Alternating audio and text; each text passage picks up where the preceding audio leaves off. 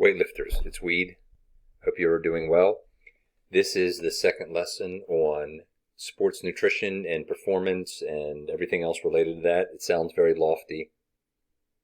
Tamp those dreams down, please.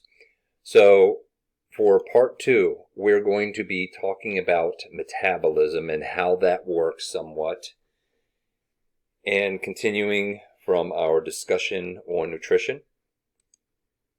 So if you recall, the first part we were talking about the 6 essential nutrients, and you should know the 2 types of all of them except for the W, which 3 provide calories and how they're all essential to your health and well-being. There's going to be questions on the nutrition quiz and also the final exam. So remember, you can get a PhD in nutrition if you want to, and we are just barely scraping the surface in a 1-credit weight training class. You have the rest of your life to figure it out, and a lot of it depends. So what we're doing for the hour and 20 minutes of class 2 times a week, that's not what is holding you back from achieving your goals. It's probably all of the other hours of the 5 other days and the 22 hours and 40 minutes of the days that we meet for class. So part 1, you were supposed to learn about the 6 essential nutrients and how they affect performance, and then also the vital importance of carbs and proteins along with fats, vitamins, minerals, water. So we want to look at the 3 parts of metabolism and how that works. So activity and exercise are the best medicine for any situation, unless of course it's an injury, then it's not. So metabolism, there are 3 parts to metabolism. There is the BMR, the basal metabolic rate, also known as the resting metabolic rate, which is about 60 to 75% of your daily metabolism, and that varies from day to day depending on the other 2 factors. The other factors are physical activity and thermic effect of food. So physical activity, that's any physical activity that you do during the day, whether that is driving, walking, picking your nose, writing, texting, anything that requires movement. That's part of that 15 to 30%. Some people are more active, therefore they burn more calories. Other people are more sedentary, they burn less, but it's still 15 to 30% of your overall metabolism. And thermic effect of food, so when you break food down, it requires energy for the physical digestion and also the chemical digestion. It costs energy for your body to produce those enzymes, to pass it along through the system, to remove it, etc. So all of that has an effect on your metabolism. So this video is included on the webpage on D2L. It's about 2 minutes or so, and he kind of goes through and dispels the belief that a calorie is a calorie, which the sugar industry has been promoting for almost 100 years now. It doesn't matter, that's what they say. It doesn't matter what type of calorie it is, it's the same. So he'll say, I think it's kale and broccoli. 100 calories worth of broccoli is going to have a different hormonal response on the human body than 100 calories of kale. So a calorie is not a calorie. There are other factors. Is it processed, etc. with that? So for, again, breaking those down, BMR, basal metabolic rate, here are what they look like as a review. And one of the assignments that is on D2L, which you don't have to do because I'm not going to check it or anything, but you can find out what your BMR is by clicking on a link that says BMR activity, and you can also find your ideal body weight. You don't have to share that with me. That's just for your information. This is not true, but it sounds good if it was. So Alan Cosgrove is a fitness professional, and I've seen him present a number of times at the NSA National Conference. So possibly he knows what he's talking about, but he talks about the 5 steps to healthy weight management. The first 2 steps are nutrition and nutrition. So it's what we put into our cake hole that's going to be the biggest problem for all of us. Most of us are not disciplined when it comes to eating.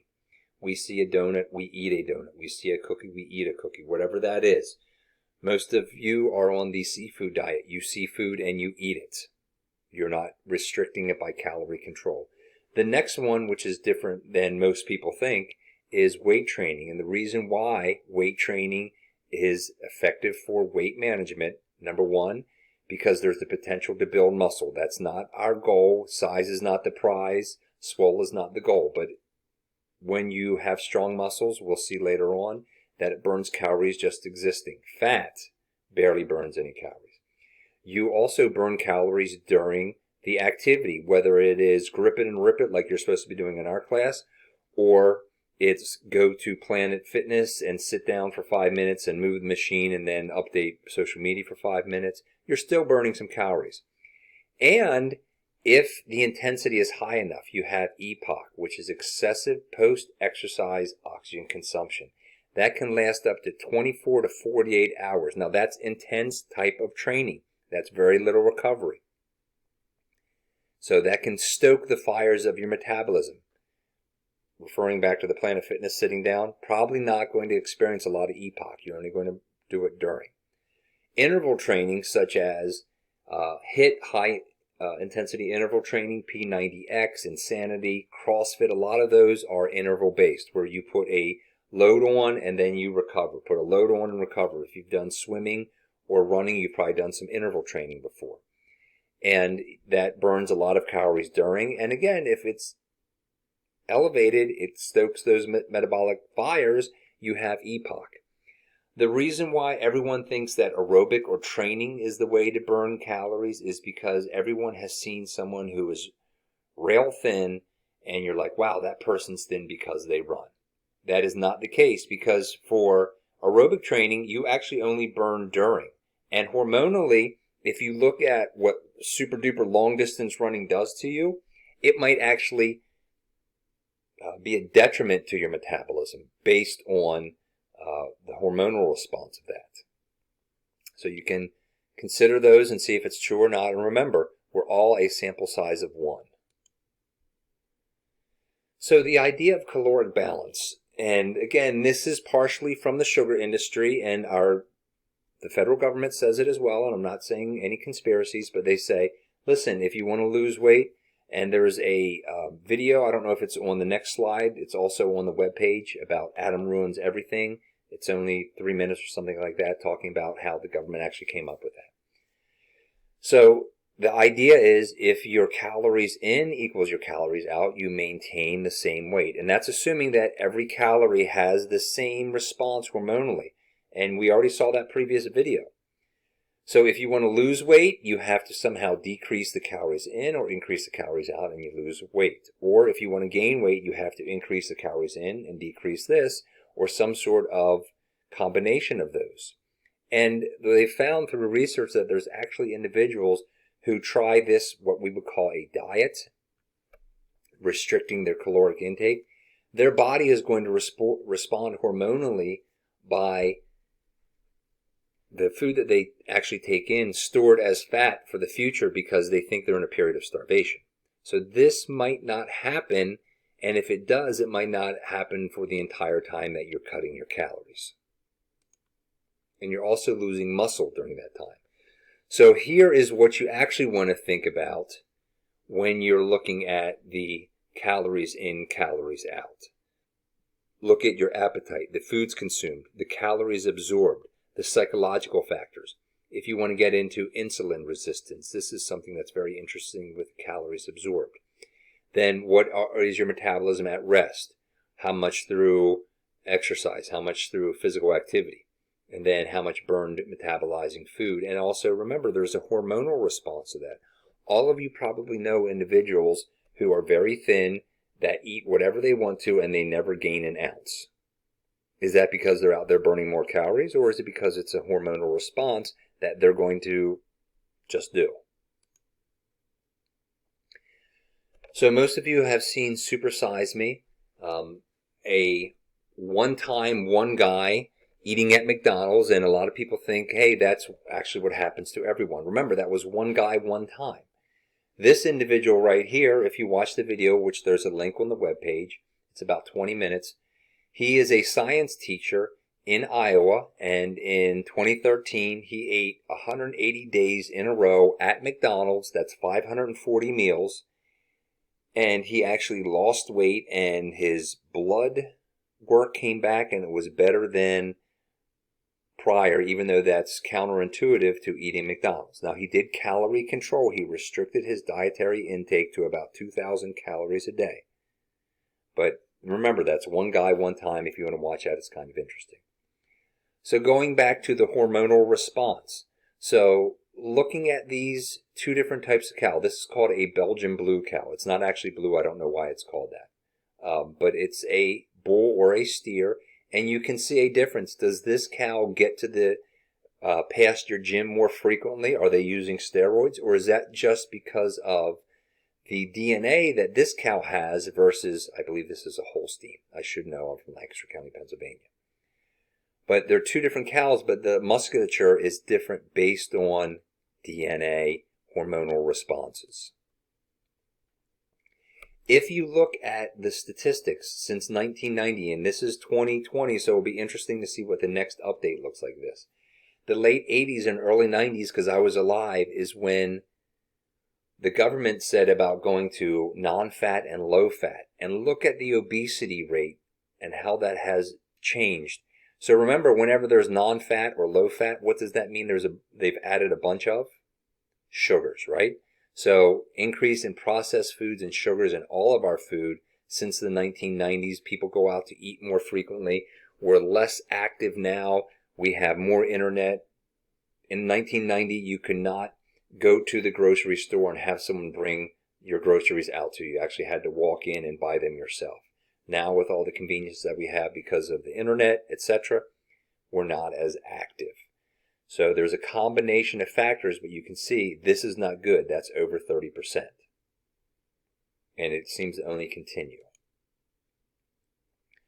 So this is one equation that you can do the old way. I had to do this in graduate school, where you have to figure out what your metabolism is. And just as a heads up, the Harris-Benedict equation was done mainly on Caucasian males. So if you are not a male, this might not apply to you. If you're not Caucasian, this might not apply to you. The chapter 9 homework that it says, or the website, you want to be aware, I don't know what equation that is, so that might not be 100% accurate for you. But this is what they came up with. A lot of times, individuals say that women's metabolism slows down. If you look at this is minus 4.7 and this is minus 6.8. So actually, males' metabolism slows down faster than women's, according to Harris-Benedict. So this is why I promote resistance training. Here are some of the metabolic benefits of that. And some of these running, I'm not exactly sure, but obviously they have a beef against running. But there are benefits to resistance training as a form of activity. I realize not everyone's into that. So looking at these pictures, here's what 5 pounds of fat looks like versus 5 pounds of muscle. And if you reflect back to when I was talking about Alan Cosgrove and ways to maintain a healthy weight. Now remember, a lot of times people use resistance training and they're trying to lose weight, and what happens is they actually gain muscle and they lose fat. And if you look at that, the scale is going to be the exact same at the end of this time period where the person gains 5 pounds of muscle and has lost 5 pounds of fat. So the scale is going to say the exact same number, and people are going to be disappointed by that because they're going to be like, oh look, the number's the same. You didn't lose any weight. Are you going to look physically different if you gain this and lose that? Absolutely. And also, remember I talked about metabolism, resting metabolism. Look, each pound of muscle burns 30 to 40 calories a day, just sitting there. 1 pound of fat burns 1 to 2 calories, a day. So the more of this you have, the more your metabolism burns. So theoretically, there are 3,500 calories in 1 pound of fat. So if you want to lose 1 pound of this, and this is assuming that calorie control works, you have to burn 3,500 calories more than you take in. If you divide that by 7, that's 500 calories a day. So if you only need 2,000 calories a day, you are cutting out 500 calories a day out of 2,000. That is 1/4. If you want to lose 2 pounds a week, usually the recommendation is 1 to 2 pounds a week. That's 7,000 calories. That's 1,000 calories a day, or increasing the amount. If you want to gain a pound of muscle, you have to consume theoretically 2,500 calories worth of protein, which would be 625 grams. That's not in one day, kids. Not one day of gaining a pound of muscle. But think about it. From the time you were born, you had to eat a lot of food to get to the size where you are right now, whatever that is.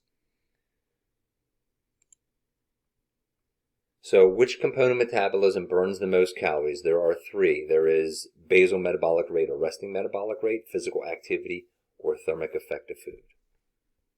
So this is where you could play along at home. And then returning to physically literate, one of the goals that I have for you is to improve your physical literacy so that you'll have a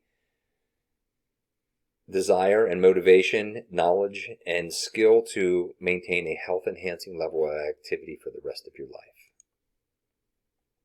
So again, there's going to be this where you can click on this link and you'll be able to find what your ideal body weight is, range. You don't have to share that with me, and then what your BMR is. And again, that's only 1/3 of one of 3 parts of your metabolism, 60 to 75%. So can you evaluate metabolism is based on your BMR and the amount of daily activity, considering the hormone response and also the foods that you eat. So if you have any questions, check out D2L and or email me. Take care, good luck, move well, move often.